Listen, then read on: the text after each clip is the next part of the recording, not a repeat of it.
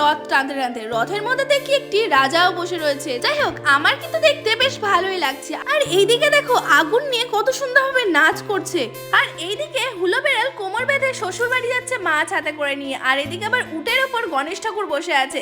যাই হোক, এখানে জীবন্ত রাধাকৃষ্ণকেও আমরা দেখে নিই। তাছাড়াও ধ্যানমগ্ন বাবা ভোলেনাথকেও দেখে নিলাম। তারপরে দেখি ভ্যানের ওপরে দক্ষিণেশ্বর মন্দির রয়েছে। আর এদিকে মা কালী হেঁটে হেঁটে যাচ্ছেন এবং তার সামনে এটা কি হচ্ছে তোমরা বলতে পারবে? তোমরা বলতে থাকো। আর এদিকে দেখো রাজপথে এগিয়ে আসছে বীরনগরের রানীমা।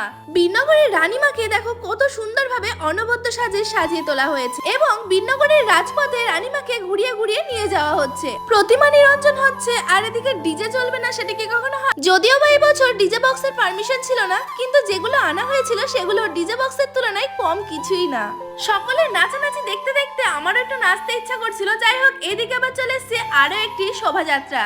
এই শোভাযাত্রাতেও এরা কি সুন্দর মাথা